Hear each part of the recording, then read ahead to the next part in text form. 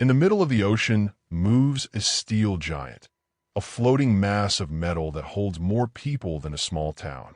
There are no streets here, no familiar homes, not even the chance to step on solid ground. 5,000 sailors spend months inside narrow corridors, humming machinery and endless routines. They live so tightly packed that many don't see sunlight for weeks. Their days and nights move in the same steady rhythm, strict, repetitive, and unchanging. This isn't a cruise ship, and it isn't a temporary shelter. It's a fully autonomous organism, able to stay at sea for 6, 9, sometimes even 10 months straight. And everyone on board knows one thing. Their actions contribute directly to the security of their country. To a world built on comfort, life on a U.S. aircraft carrier seems almost unreal.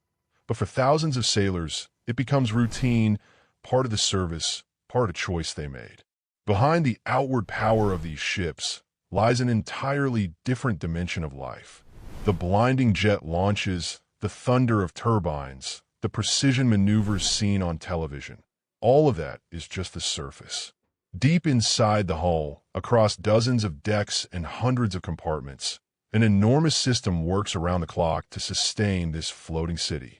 Food, sleep, work, rest, every part is scheduled, optimized, and woven tightly into the system. To understand how sailors endure such conditions, you have to look into their everyday lives, where there are no dramatic shots or heroic angles, where life is compressed into a few square feet, where every comfort has a price and every minute of sleep becomes precious. This hidden side of shipboard life reveals the true scale of the sacrifice made by those who head out to sea. An aircraft carrier is, in many ways, one of the most complex machines ever created. Between 5,000 and 6,000 people live inside its decks and compartments. For 6 to 10 months at a time, they continue their mission far from shore, sometimes setting records like ships that remained at sea for more than 9 months without a single port visit. Nowhere else do so many people live in such extreme conditions, in complete isolation from normal life. Life here resembles nothing familiar. Privacy doesn't exist. Silence doesn't exist. Personal space disappears.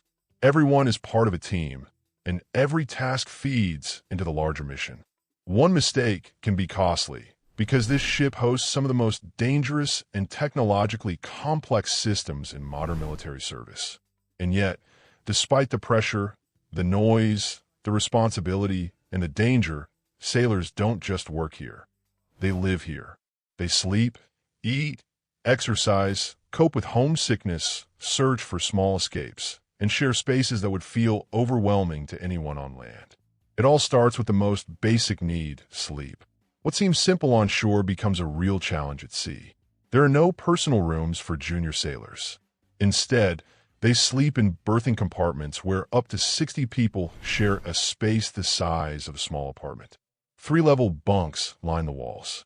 Each bunk is 6 feet long, just over 2 feet wide, and topped with a 3-inch mattress. The lower and middle racks leave barely 20 inches between the sleeper and the metal frame above. You can't sit inside. Turning is hard. Even a small movement takes effort. Sailors have a name for these bunks that they use without irony. Coffins. A sailor's locker, the place for all their belongings, is 10 inches wide and just over 40 inches tall. Into that space go uniforms, personal items, and everything needed for 9 months at sea. One shared bathroom for everyone. In such tight quarters, real rest becomes a rare achievement. Everyone keeps a different schedule. Some come in late at night, others leave before dawn. Someone sleeps during the day when the noise never stops. Lights, footsteps, doors, conversations, all of it becomes a constant background you can't shut off. And yet, the ability to adapt is what defines the strength of the Navy. Under pressure, sailors learn to adjust, using earplugs, sleep masks, timers, training themselves to fall asleep anytime, anywhere, no matter the noise. They endure not only because of discipline, but because they know the people around them face the same challenges and carry the same weight of responsibility. As technology evolved, the Navy began improving living conditions. New generation carriers were built with better ventilation and air conditioning, quieter compartments, fewer sailors per berth, and separate sanitation areas for each large living space. More gyms, more recreation areas, upgraded equipment. It doesn't turn the ship into a hotel, but it lifts morale and reduces the strain of long deployments. Still, even improved living spaces are only part of the story. The real core of life aboard a carrier is food. Feeding a crew of 5,000 4 times a day requires nonstop work.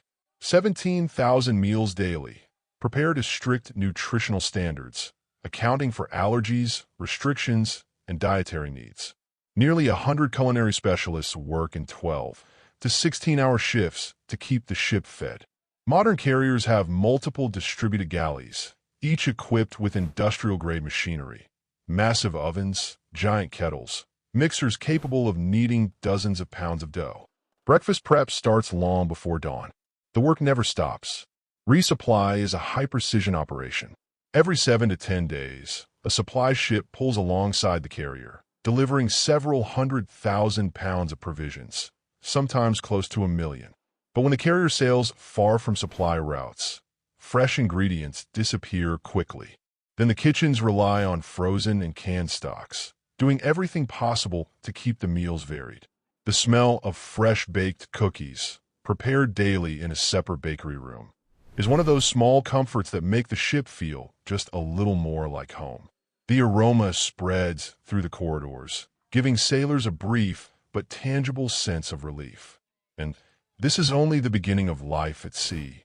The second half of their daily reality is deeper, harsher, and far more demanding than it seems.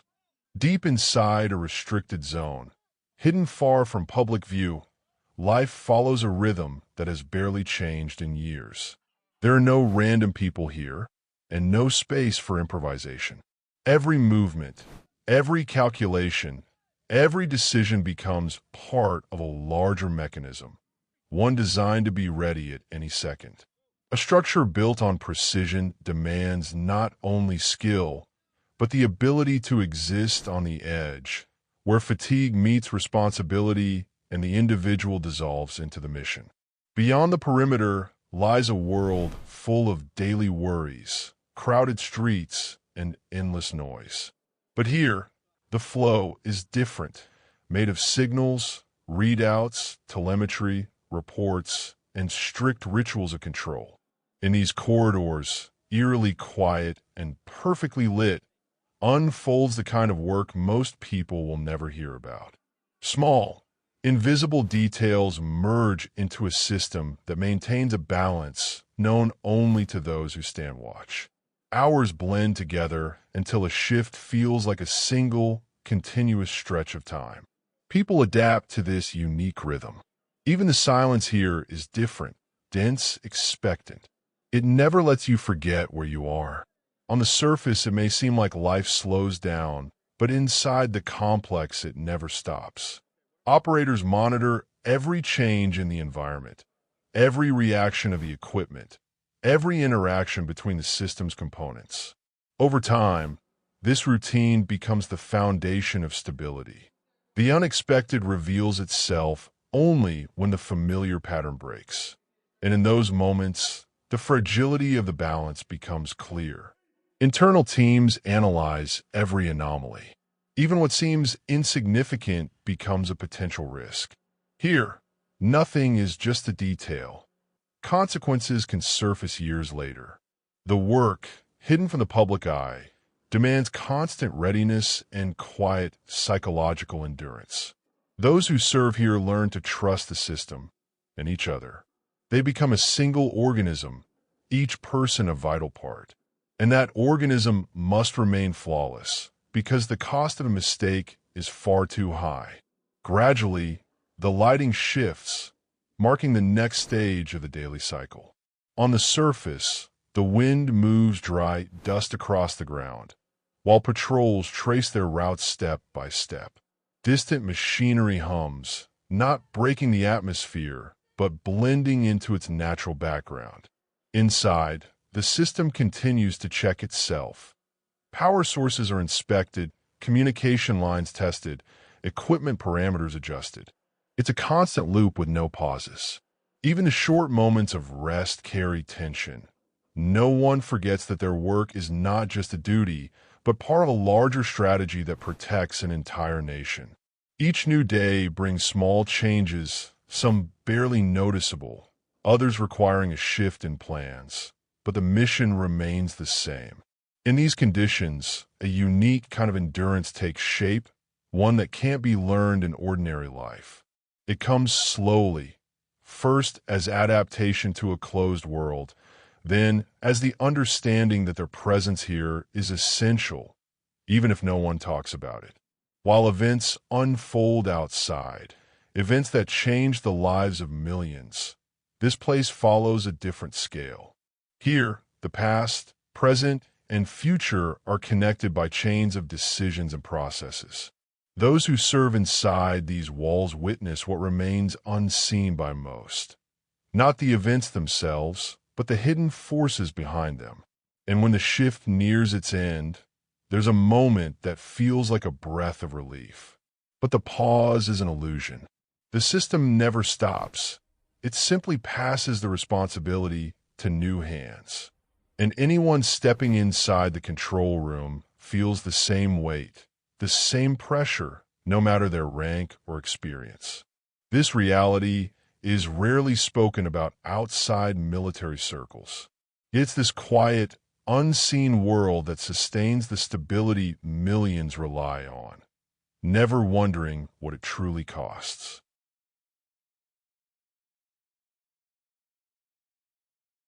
Gradually, the world outside the complex begins to change.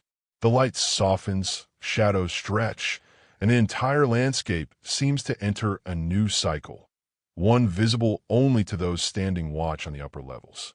Structures that once looked immovable fall into a slow dance of light and air, a reminder that even the strongest installations remain subjects of nature.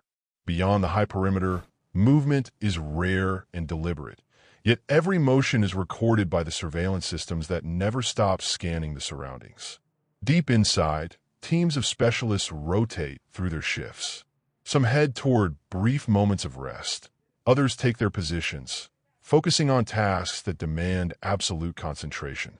Temperature, pressure, circuit stability, equipment status. All of it becomes part of a steady rhythm that keeps the facility ready at all times. Nothing here is improvised. Everything follows a predetermined sequence. And it's that predictability that makes the system reliable. The silence inside these rooms is deceptive. It doesn't signal inactivity. If anything, it proves that the work is being carried out at the highest level.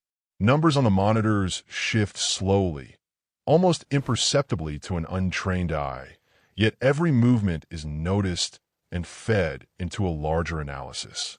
Each shift prompts an adjustment in parameters that maintain stability. It's a continuous process where human judgment works hand in hand with automated systems. Meanwhile, the outside world moves on with its own events, changes, crises, breakthroughs that reach this place only as short reports. But inside the complex, such messages are secondary. What matters most is the current situation, the condition of the machinery, and the constant readiness to respond to any deviation. Everything here serves the idea of uninterrupted protection, an idea that remains relevant no matter what happens beyond the walls. Over time, the focus shifts toward analyzing the data gathered over the previous hours. Teams review reports, compare information, and identify patterns. Every component of the system is viewed as part of a larger structure, where small fluctuations can lead to significant consequences. History becomes an essential tool. Past incidents and earlier decisions shape the models that help reduce future risks. In other sections, technical checks continue. The personnel working there perform procedures refined to the level of instinct.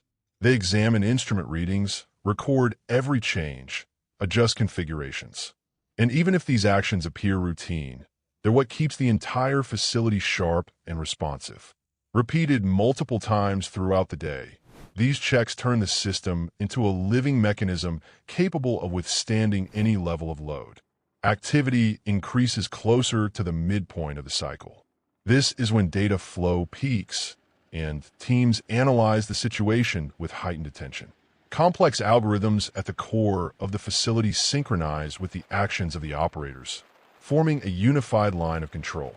Humans and machines become two halves of the same process, one that allows no room for error. At moments like this, the importance of human presence becomes especially clear. Despite automation, only a person can grasp context, connect events, and recognize when a group of indicators is not just a coincidence. This ability to interpret makes human experience irreplaceable. It grows slowly, shaped by repetition and refined under conditions like these. As the cycle nears its final phase, a faint sense of fatigue appears, not enough to hinder performance, but enough to remind everyone that this environment demands emotional and mental endurance. People here get used to constant tension. It becomes part of their normal. And the longer they serve, the more they understand how essential their role truly is. The shift in lighting signals another transition in the day. Above ground, the air grows heavier, the wind picks up, and dust rises into thin spirals. New patrols take their routes along the perimeter, repeating paths that have become part of the landscape. Everything continues to function as if time itself follows different laws here. Inside the complex, teams begin to summarize the results of the completed period. New reports are prepared, parameters refined, comparisons made with earlier forecasts. This process consumes a significant portion of the workflow because precision depends on it. Every piece of information is recorded, analyzed, archived, creating a record that may one day be essential. And just when it feels like a cycle is complete and there's finally room to breathe, a new task emerges, one that requires immediate attention. A reminder that service here leaves no pauses. It continues in an endless stream, where every minute serves a single purpose, to uphold a security that few know about, yet everyone depends on. This reality remains hidden, but it is precisely this invisible world that upholds the stability modern society takes for granted. And those inside this facility become part of a line you will never see, but one that can never be allowed to fail. If you want more in-depth documentary-style breakdowns like this, support the project. Leave a comment, drop a like, and subscribe to the channel. Your engagement helps us keep creating new material.